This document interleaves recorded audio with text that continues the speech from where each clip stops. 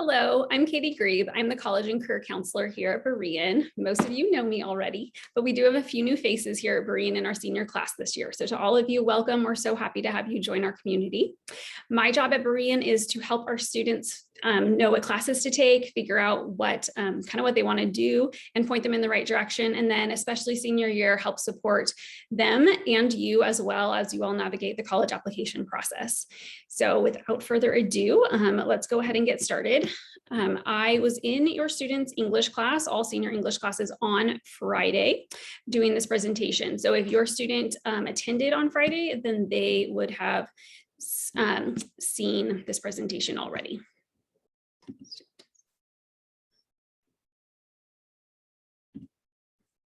Okay, here we go.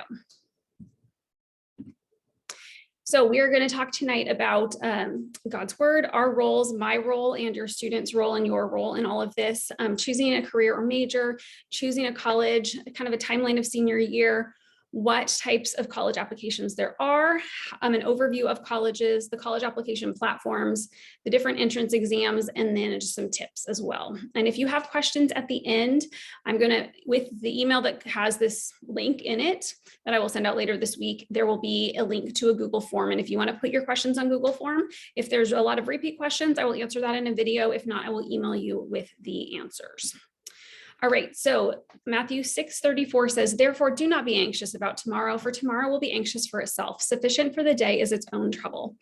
And it's really, I just find it so encouraging. God knows exactly where every student is going to be after graduation, what they're going to be doing. And his plan is for a student to be there. They will get into that college. And his plan, whatever that plan is good. And there's just so much encouragement in that. So our roles, my role is to guide students for their career selection and then through the application process. I know where to point them and we'll do that. I meet with seniors for their fall senior appointments. Your students have already started signing up for those. Some of them have already had their senior appointment with me. Some of them have already emailed me to schedule it. And then a lot of them I have not heard yet. So talk to your student. If they haven't emailed me yet, encourage them to email me. I also provide emails. You've been getting my Monday emails if you've been here for the last year, for a year now. I also provide workshops. We just held our ACT workshop this past Saturday, and we have an SAT workshop next month. There may be 1 or 2 spots left in it. Open labs. So open labs are something that I do for our seniors.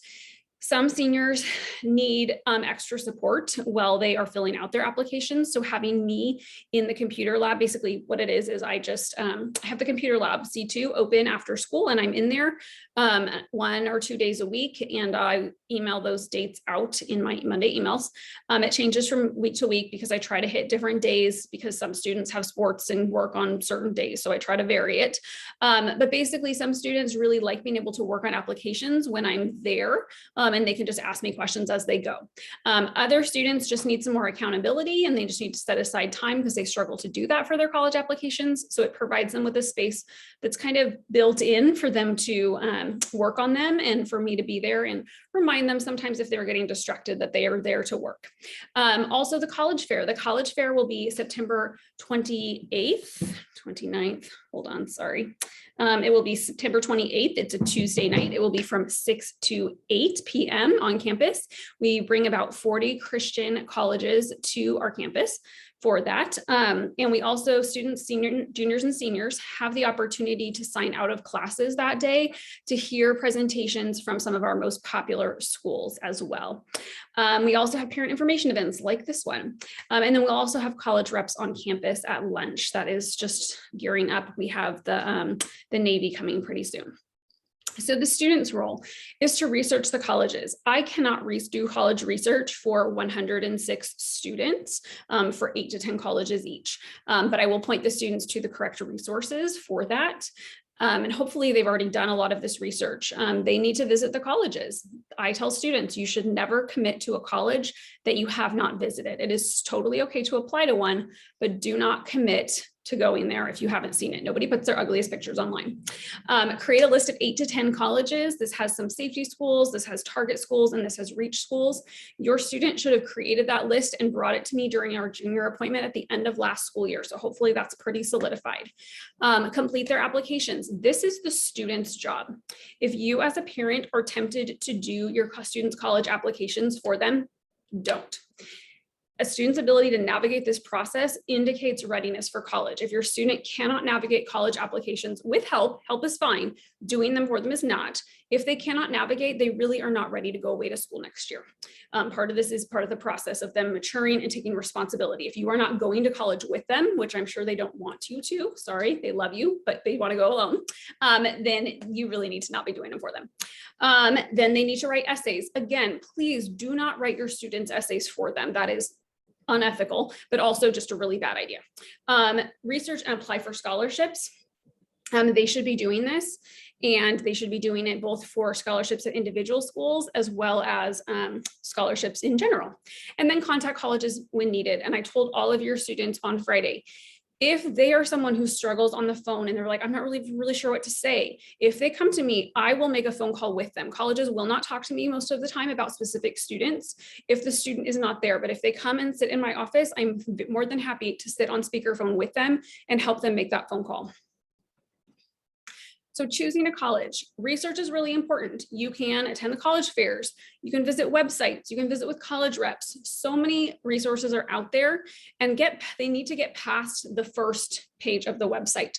I've talked to a lot of students about that are writing what's called a why major essay or a why us essay. And I tell them, when you're doing that research to figure out why do you want to go to a school or why do you want to be that major, look at the syllabi for the classes in that major. It makes a huge difference. I had a student a few years ago who was pretty set on a school that she really wanted to go to, and she had to write one of these essays. And as we did research, and as she looked at the syllabi for the classes that she would be taking, she came back to my office and said, Ms. Grebe, none of these classes sound interesting to me. And I looked at her and I said, are you sure you want to go to that school then? And she's like, no, I really don't. Don't think that major sounds interesting. But I had another school that I suggested to her that I'd heard really good things about, and she started doing research for that one. And she came back to me and said, oh my goodness, Miss Grebe, they make cheese in these classes. She was a foods major. They make cheese in these classes. This is so interesting. And she ended up applying to that school because it was a much better fit. Classes obviously vary from school to school. Majors vary from school to school. It's very important that students really do a deep dive into what their major would be at that school and what does that look like. College visits are an excellent way. Like I said, so important to visit them. According to a survey by Student Poll, visits are the #1 influence on final decisions. Students usually have some sort of gut reaction of this could be a good fit or this is not a good fit for me. So being on campus is really, really important. I always suggest that students, they do their applications in the fall. Some of them have done visits to start doing research, but once they get their acceptances back, I recommend that you take them to the 2 to 3 schools in the spring semester that they've been accepted to that are really the top of their list. Visit them and see which ones feel right. So final selections, 1 to 2 reach schools, 3 to 5 target schools, and 2 to 3 safety schools. Reach schools are the ones that like Stanford or some school that has, or UC Berkeley or UCLA, a school that has a low acceptance rate, and therefore the odds of them getting in are probably not the highest. However, the student's really interested in applying there. 3 to 5 target schools. This is where they have a pretty good acceptance rate, as well as your students' GPA, test scores maybe fall into that area, that category of the people that are getting in. And then 2 to 3 safety schools. Safety schools are schools that have high acceptance rates and your students' GPA is well above the norm at that school. So timeline. According to, as I told the students on Friday, Miss Grebe's perfect college application process timeline, this is what should already be done. Now, I recognize that a lot of the students are not at this point, so that will be on the next list to do everything that you didn't already do. But in the summer, preferably the students that started early, they did their research, they've started visiting schools, they've created that list of 8 to 10 colleges to apply to. They have made a list of all the application requirements for the college. They know exactly what essay prompts they have to write. They know what test requirements. Do they need an SAT or an ACT, or is the school not using that? They know which letters of recommendation they're going to need, and they know who's going to write them. They've put dates on a calendar. They know when the application opens. They know what application plan they're using, and I'll talk more about that in a minute. And they know when is the application deadline. They also have written several drafts of all the essays that need to be done. They've completed their activities list. This is for UC, this is for the Common App, and this is for the Coalition App, a list of all the activities they've been involved in high school. There's a very specific format for that. They've completed the personal data sheet if they need letters of recommendation. That's a form that's on our website. If you go to the college and career page and you go to forms, it's right there. They fill it out, they give it to all of their recommenders. It helps us write better letters of recommendation.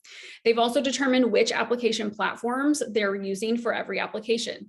And if that application is open, hopefully they've already started it. And if needed, like if they're a dance major or an art major or choir major or something like that, they have completed a portfolio. So what to do this fall? If there's anything on the what should already be done list that's not finished, they need to do that. They also need to give their essays to an English teacher for editing. I've told them, does not matter if your parent is an English teacher, your parent doesn't count. And when I asked them why, they said, because you're biased toward them, which is true. You all love your kids so much, which is awesome. However, it does not make you the best editor for their college essay. So they can go to Mr. Runyon, they can go to Ms. Nelson, they can go to Mrs. Peacock. All of those are great options for having their essays edited.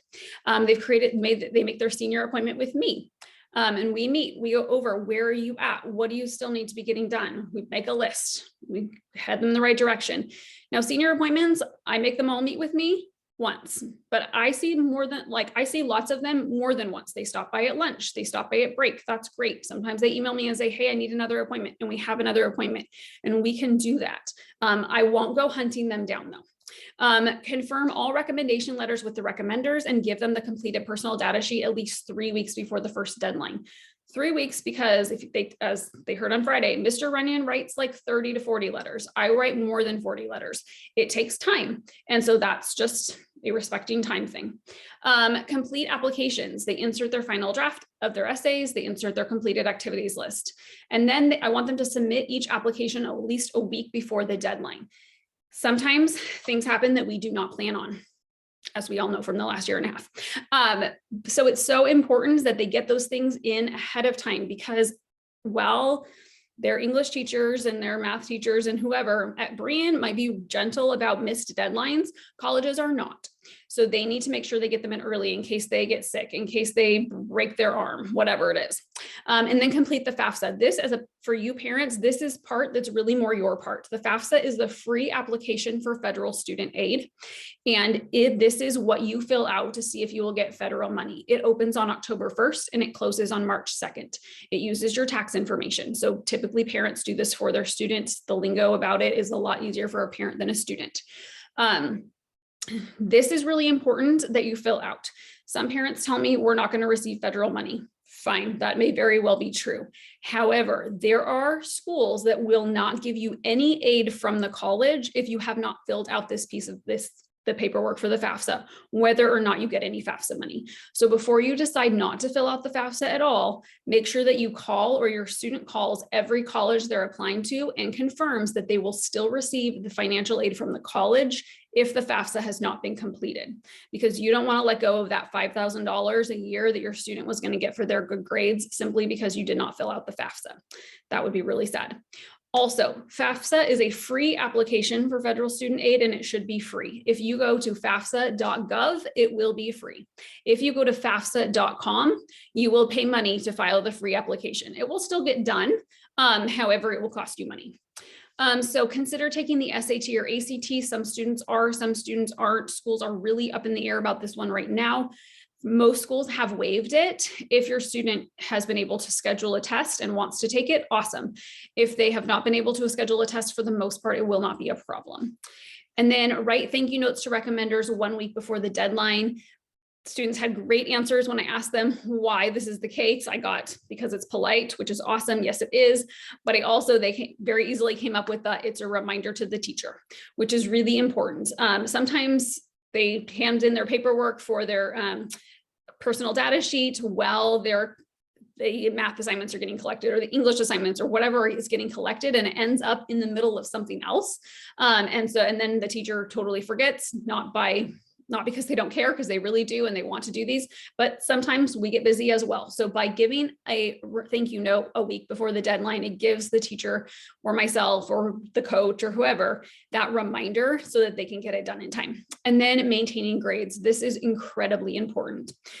When a student applies as a 3.5 student or a 4.0 student or a 4.2 student or whatever, the college is accepting them as that student, a 3.5 student, a 4.0 student, a 4.2 student.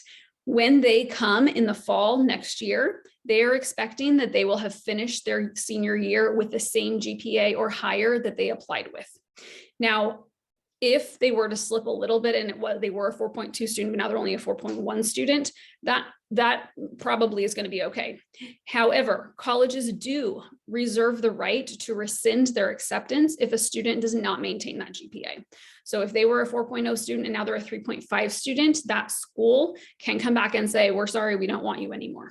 Okay. Unfortunately, this doesn't always happen until sometimes summertime when they get that final transcript, and it's now June and the student's supposed to go away to school in August. And also at that point in June, a student has already accepted at one school and denied all the other schools because they need to do that on May 1st, say yes to one and no to all the others. And so at that point, they're sitting there and their one option has now denied them. And this is a problem. So it's really, really important that your students stay focused, that they do well this year in their classes. All right, spring of senior year, this is when we continue to apply for scholarships, especially institution-specific aid.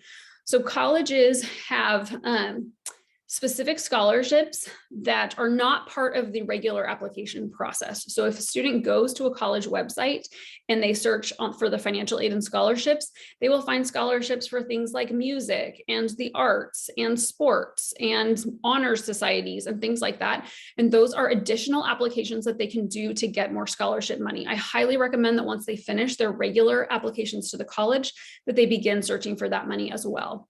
If community college is an option, like if your student might go to DVC and they're keeping that door open, or they're choosing to go to DVC or LMC or Las Positas or CCC, that application process happens in the spring.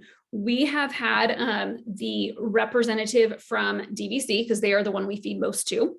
She comes to us, and last year was on Zoom. We'll see what happens this year. But she does a presentation in January or February, and all of our students that are considering the possibility of DVC, they attend that. She goes over the application process, how it works, all the deadlines, all the dates, everything. They fill out their application, they take their transcript gets evaluated so that they're placed in the correct English and math classes. Then they take a class called Counseling 95. It is taught by an instructor who does my job basically at the college level. And that person lays out their schedule for the next 2 years, essentially, what do they need to take in order to be able to transfer to wherever they want to go. It's a 6-hour class. It tends to be either one Saturday or 2 Monday nights or something like that. They will take that in March, typically March or April. And then once they've completed that class, they are eligible for priority registration. And what that means is that it's usually the first or second Saturday in May, and the student gets to register for classes first. So super helpful, highly recommend. Compare financial aid packages. Once your student has received their acceptance letters, that will be followed up by a financial aid offer or financial aid letter. And you can compare those and see how much is the institution giving you, how much are they offering in loans, how much do you need to pay, et cetera, et cetera. And so I recommend comparing those packages. Then, like I said, visit the colleges that offer you admission that are still on the table. Obviously, if students decided they're not going to a school, it's not necessary to visit, but the ones that they're still thinking about, they should visit all of those ones. And then they need to commit to one school and decline all other schools by May 1st. And then they need to complete the housing application. It's important to stay on top of, let's put this later too, but stay on top of their email, because schools will be reaching out to them saying, hey, we need you to do this. Now it's time to do this. Pay your deposit, et cetera, et cetera. So the housing application, some colleges do not have room for all of the freshmen on campus. And so it comes down to who applied first. So if your student really wants to live on campus, or that's important to you, make sure that they get that done on time. And then maintain grades, like I said. Okay, so types of college application plans. There is early decision plan 1 and early decision plan 2. Different schools have different variations of these, but early decision is a binding agreement. If your student applies early decision, that will be their only option if they get in. So they should only do this if they are 100% on board with going to the school, and your family has worked out that if it came to it, you could pay 100% of the cost to go there. Unfortunately, colleges do not show you the financial aid plan prior to you applying early decision. So you just have to know, like, yes, we can write the $75,000 check or whatever it is. So early decision is great for a few students, but not for most. Colleges really try to prevent students from accidentally applying early decision, and yet sometimes they do. If they're filling it out through college app or from Common App, the Common App will come up several times with several boxes that will pop up where they have to sign saying, yes, I understand, yes, I will abide by this, et cetera, et cetera. I have still had students accidentally not be paying attention and apply early decision. Not a good thing, okay? So this isn't like, I told the kids, this is not like your get your iPad and the Apple updates thing comes through and it's like 56 pages and you don't want to read it and you click I understand terms and agreement and you move on. This is when we're doing college applications, it's really important that we actually read the information and do not sign things without reading it. Early action is great though. Early action is not a binding agreement. I suggest that students apply early action to every school that offers it, because basically what happens is students apply early and they find out sooner. This is great if a student has a school that they absolutely love, like, oh, I really want to go to Cal Baptist, and they apply to Cal Baptist early, they find out early, and that's where they really wanted to go anyway. They got in, they were accepted, and they're like, I don't really care about any other schools now. That student that doesn't care about any other schools now can go ahead and accept and be done with college applications and have made a final decision. That is totally fine. More and more schools, I think because of COVID and because of the instability in college applications and what's going on in the world, and colleges are losing students sometimes, and just various trends are happening. They are trying to accept students earlier and earlier. So I do know some students, when I asked on Friday, some students had already received acceptances. A few of them had already committed, which is awesome. It does take away some of the anxiety when students commit early. So that is fine. However, your student may apply early action to several schools, get in, and just not be ready to decide yet. That's okay too. They don't have to decide early just because they were accepted early action. All right, regular decisions, just the regular plan. Some colleges only have the regular plan, like the UCs and the CSUs. And then rolling admissions just means that students can continue to apply and they will continue to accept people on an ongoing basis until they fill a freshman class. Okay, so an overview of colleges. We have private colleges and universities like Christian private schools. We have secular private schools. There's the California public colleges and universities. This is the UC system. There's 9 of them. Cal State's 23 of them, and the community colleges about 115. And then there are the other public colleges and universities outside of California. The Western Undergraduate Exchange, or WUI agreement, is really important. Some students want to go out of state, but going out of state can be expensive. However, some colleges have gotten together and put together the Western Undergraduate Exchange, which is just on schools on the West Coast or the western part of the US that choose to participate. You can go out of state and still pay in-state tuition. So if your student is interested in out-of-state schools, I recommend that you check out this agreement. The University of California, the 9 campuses that serve the top 10 to 12% of high school graduates, they are clearly very competitive. There is rigorous high school course load that students take that meet, or in reality, they have to exceed the A through G list. 11 of those 15 courses have to be completed before senior year. They have to have a minimum of a GPA of a 3.0.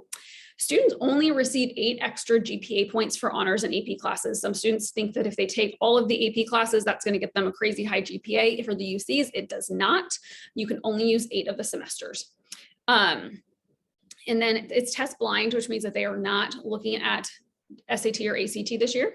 The application period has already opened. They can submit between November 1st and November 30th. That does usually get extended a little bit, sometimes due to wildfires, sometimes due to the pandemic, but I suggest that they all be completely done by November 30th. It's $70 per campus. There's the website to apply. These are obviously highly competitive. These are just the freshman admission profiles from 2020. So you can just see how competitive they are. Okay, so the UC application, this is the application website. Like I said, it's open now. The A through G list class requirements must be met, that 3.0 GPA. And then there are personal insight questions. These are like miniature essays. They are 350 words a piece. There are 8 questions and the students have to pick 4 of them to answer. They also look at an activities list. So students have the opportunity to write about 20 activities and awards that they have received. For this, they don't all need to have 20. Some of them do, a lot of them don't. Pro tip, colleges are looking for a balance or a spike. Most students have the balance. Some students have created an app that's gone viral, or they've created a nonprofit in a country that brings clean water to a third world country, but the majority of students have not, but that would be considered a spike. Okay, so the personal insight questions. The first one's about leadership. The second one's about creativity. The third one is about the greatest talent or skill. The fourth one is about a significant educational opportunity or an educational barrier that's been faced. As I told the students, if they have a significant educational opportunity, like a summer program that was really cool or a neat internship or something, that's the spot to write about that. The majority of the students, because you have blessed them with the gift of education at Berean, probably should not answer the second part of question number 4. Number 5, describe the most significant challenge you faced and steps to overcome this. A lot of students can write about this. They should not write about the pandemic. Number 6 is this one that every student should answer. They are going to college to be a student. Yes, to have fun and make friends and play sports and all of those things, but they are going to study so that they don't freeload off you all the rest of their lives. So they should all have an academic subject that inspires them, and they all need to answer this question. And then what have they done to make their school or community a better place? And then what else has not been shared that they would make them a strong candidate? So their applications should basically look like a puzzle that is a picture of them. And every time they add a piece, it should make the puzzle more clear. So I don't want to see 3 pieces that look exactly the same. I want to see 3 pieces that look different. For these personal insight questions, they can write about, I use a butterfly example every time, but I don't want them to write about their love of butterflies more than once. Okay, so they can write a beautiful butterfly essay for one, but I don't want 4 butterfly essays. I want 1 butterfly essay and then 3 other things that they are interested in. They do that ways they've invested more to their story. The Cal States, there's 23 campuses and they serve the top third of high school students. They have to have a C or better in all A through G list classes. Again, only 8 extra GPA points, so 8 semesters for honors and AP classes. They are test blind as well, which means they are not looking at SAT or ACT. And then the application period will open October 1st and close November 30th. But again, it usually gets extended a little bit into December, but keep that November 30th date in mind. There's the application website. They have what's called the redirection program. This is an excellent program. Basically what it means is that because they are here to serve California students, if a student applies to a Cal State and they meet the 3.0 well grade CC or better in every class requirement, they will either get into that school, or if they get into none of the schools that they actually applied to, the Cal States will come back to them in late March or early April and offer them a spot at 2 different schools to see if they still want it. So for $70, this is a great backup plan. The competition varies a lot between campuses, from Cal Poly SLO is super competitive, San Diego State that's super competitive, way down to a lot of other schools that are smaller. Like I said, $70 per campus, excellent backup plan. Are the statistics for these ones. Okay, so let's see, I do want to point out there is widespread impaction. So at the Cal State level, there are a lot of students that are going to the Cal States. And what this means is that there are more students wanting to take classes than they have room for at times. And so sometimes the students have to take classes not in the semester they want to take them, or they have to have a not particularly favorite class time, but Cal States are a great option. But also just keep in mind too, because of that widespread impaction, sometimes students are taking 5 or 6 years to get out of a Cal State, and 5 or 6 years at a Cal State versus 4 years at a private school, that guarantees, not every school does this, but some schools will guarantee that the student will get out in 4 years. And so the price can be similar in that case.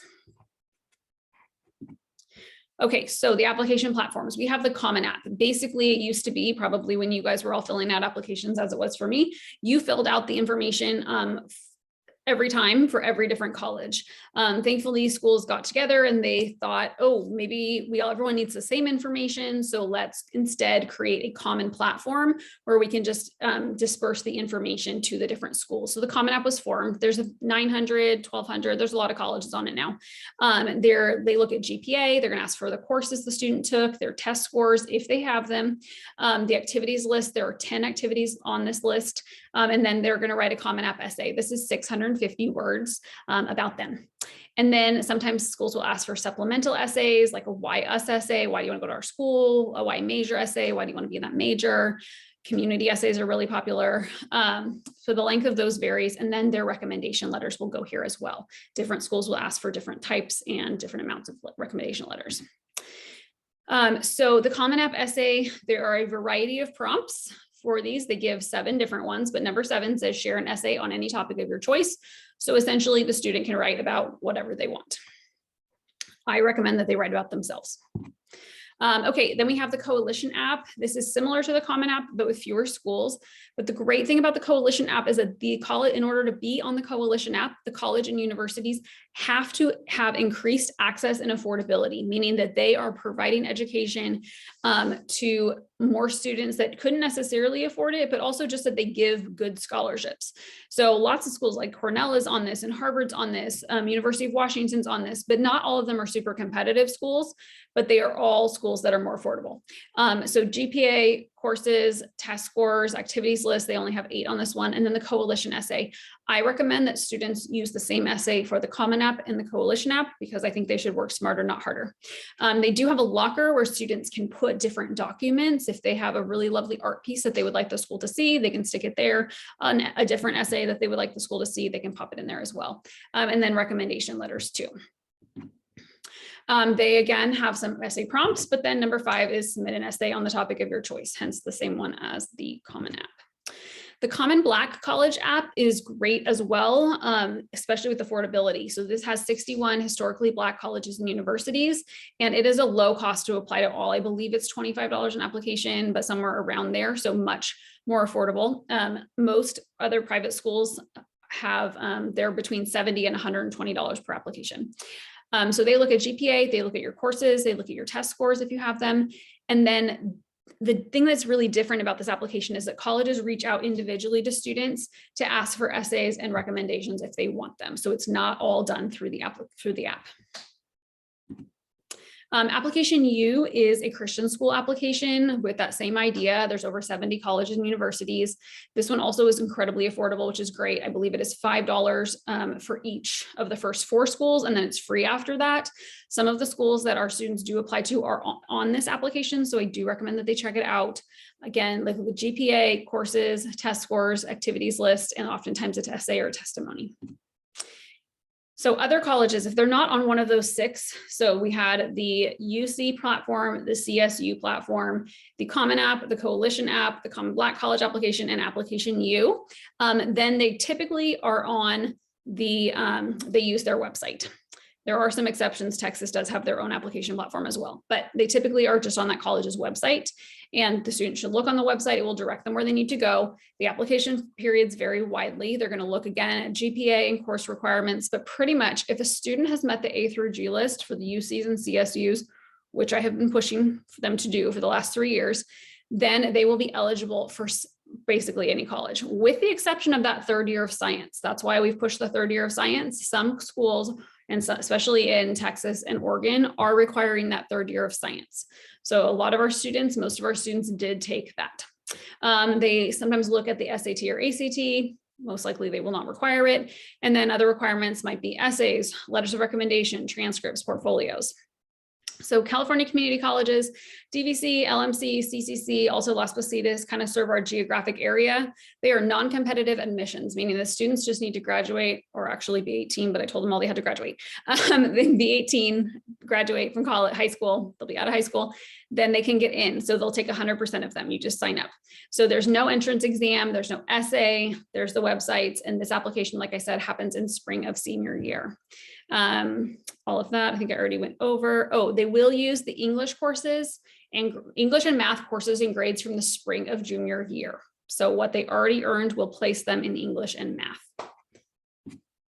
Okay, entrance exams, the overview. So the SAT, the ACT, there's a classic learning test that some private schools will take as well. Most students are not taking the exams. If they are, great, and that's fine. If they can outscore their GPA and they were able to get an exam, I say go for it. If they were not able to and it's not required, I would say leave it off. So it's optional or unused for many college admission decisions, still used at some schools for course placement though. So figuring out which English and math class they should take at certain schools, they will be willing to use that. They can still use it at some schools for scholarships as well. You can take the test and choose not to report it, like I said, and if you can outscore your GPA, go for it. Okay, so some tips on the application process. Organize college research and requirements using the College Essay Guys tracker. Really helpful. It's a spreadsheet and it helps them to just stay organized. I sent this out a couple of times already. Hopefully a lot of the students are using it already. Keep a calendar of deadlines, meet those deadlines well in advance. My recommendation is that they finish by the start of Thanksgiving break.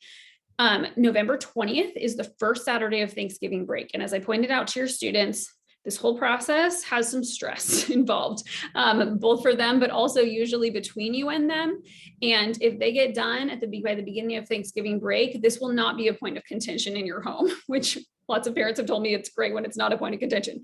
So, so I recommend that they be done by then, because then they'll be home for Thanksgiving break and get to have more fun with their friends, because it won't be something you guys talk about. It will also be, they'll be done before Christmas break, and it will be something they don't have to think about. So that would be great. I answer their emails from students, typically in evenings and weekends when they're working on college app stuff, because I really do want to affirm that I appreciate that they're working on it and just really encourage that. And I actually do typically, if I'm not traveling, during Thanksgiving break as well. However, Christmas break, I need a break. I do not look at my email. And so I've told the students, if you wait and you procrastinate and you're doing it over Christmas break and you have some sort of college app crisis, you're going to have to wait till I get back in January to help you. So plan ahead. Check emails and college portals every day. This is so important. We've had students who did not pay attention to this and probably would have gotten into their dream school, but didn't follow the steps, didn't turn in things that were needed, and lost their spots because of this. It is so important that they be checking every day. Reading and following directions, proofreading. If students are sending in paper stuff, which really shouldn't be happening, but if they were, they need to make copies of the documents they're going to submit and then obtain proof of mailing. And then checking all social media. A lot of colleges are checking student social media. A lot of these kids have 2 social medias. I'm not really sure why they have 2 Instagram accounts, but they do. But I told them on Friday, if your grandma would not approve of your social media, you need to change it, because colleges are going to look at it. The application process, some more essay tips. Providing information that enhance the application is really important. Like I said, that whole puzzle picture of you. Expecting multiple rewrites. The students should never turn in their first copy of their essays. Readers want organization and clarity. They should either use a narrative or a montage format for each essay. Essays should feel like an extension of the student, and they should tell their deepest story. College Essay Guy, I've been emailing you about him for at least a year now, probably. Such a great resource. Highly recommend the students go to his website. He has lots of free resources for writing essays, for doing activities lists, all the things. COVID essays, students should not write them. I know that the last year and a half of school has been very hard and that they've had to go online, but the reality is that it's been hard for the whole world, and all the kids in the world have had to go online basically, if they have access to the internet. So that is not an original story to tell. A few students have really unique COVID stories, and I tell them if they think they have a really unique COVID story and they come and have a conversation with me, I will let them know if their story is unique enough for it to be a valid COVID essay. Other than that, they need to pick something else to write about. Most college applications at this point are going to give them a spot to write about COVID, not an essay, but just like you can tell a little bit about what your experience was like. Okay, letter of recommendation tips. The personal data sheet, like I said, is located on our website. I've emailed it out. Students should have access to it. They need to ask their recommender, teacher, me, the counselor, coach, whoever it is, and give at least 3 weeks of notice, and not just, hey, can you write it for me in 3 weeks? And then 3 days before, give us the paperwork. They need to give the paperwork 3 weeks ahead of time. They provide, if there is something to be mailed, they need to provide that in an envelope, a colorful folder, with a stamped addressed envelope, or they can just do it online and share it in Google Drive. That's fine as well. If they give the recommender a thank you note, like I said, it acts as a gracious gesture and a last minute reminder. Okay, my last big tip. There's my information if you need to email me. There are, let's see, can I stop sharing? Here we go. Okay, so my last big tip, and I've been giving this one, I guess there's two actually. First of all, 15 minutes a day. Students can do anything for 15 minutes a day. We can do anything for 15 minutes a day. And so I highly recommend that students set a timer for 15 minutes every day and they commit to working on college stuff. Sometimes it feels so overwhelming that they just ignore it and it backs up. And then suddenly it's 5 days before it's due and they're trying to get it all done and they're feeling overwhelmed and they're having a crisis and they're taking personal days at school and mental health days at school and all the things. But if they're doing 15 minutes a day, they can do that. That feels doable. And so the students that have done that in the past have really said it's taken a lot of the weight off. And they have felt less overwhelmed. It's been more doable. And my second big tip is that this is, it is a hard time. The students are overwhelmed. They're trying to do senior year, trying to keep their grades up. They're trying to work on college applications, and it is a lot. And it's really important and really helpful if parents avoid what I call the ambush.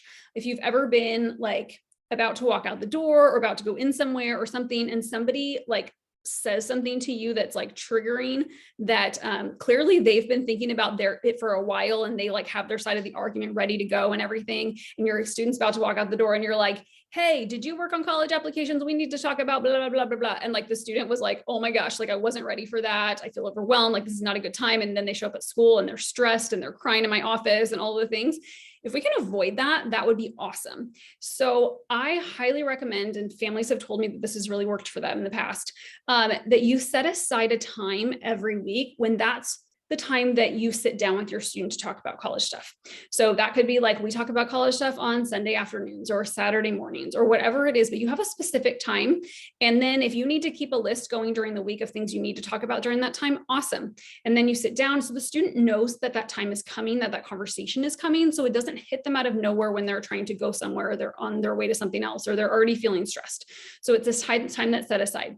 Now, on the flip side, I also, however, recommend that if your child ever comes to you and wants to talk about college stuff, you make time for it right then. So I know that like that could be harder on you, but really with everything going on with them, it's so helpful if like they can go to you whenever, but they know that you're not going to bring up something that's like really tough to talk about in the middle of something else. They know when that conversation is coming. So I highly recommend that you do that. And if you get to like Sunday afternoon and you're supposed to have your conversation and there's nothing to talk about that week, like great, be like, okay, this is awesome. And you move on with your week. But that has been coming really handy with some of our families. So I just wanted to recommend that as well. All right. Thank you so much for watching and sticking with me. If you have questions, please fill out the Google form and I will compile my questions and either do a video or send you a personal email. Have a wonderful week. Bye.